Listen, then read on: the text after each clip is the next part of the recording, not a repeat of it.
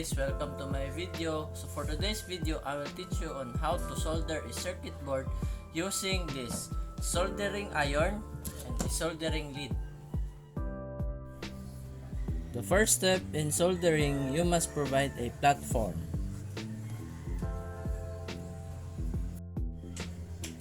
Next, you will provide a next platform that you can mount your circuit board. Next is to ready your circuit board. Next is to prepare the component that you will be soldering and the soldering lead.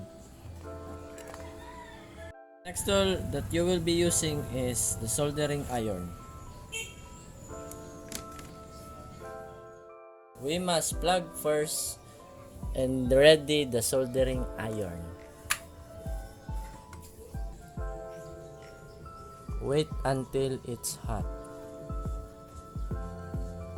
While waiting the soldering iron to be hot, we must prepare the components needed.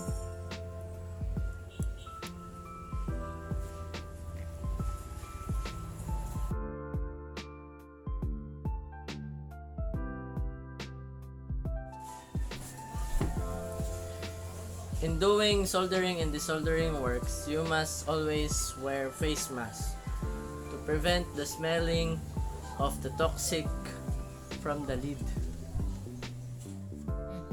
Now the soldering iron is hot, ready to solder.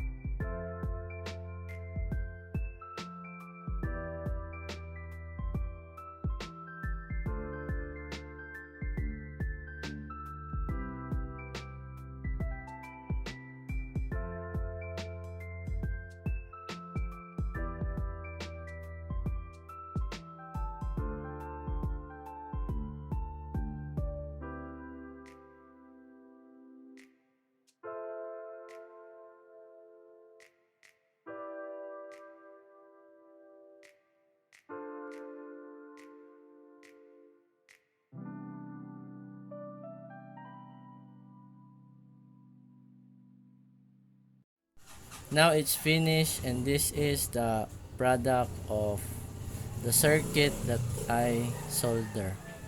This is a capacitor for a transistor radio. This is another set of capacitor that I soldered earlier. Also this one, small capacitor I soldered earlier.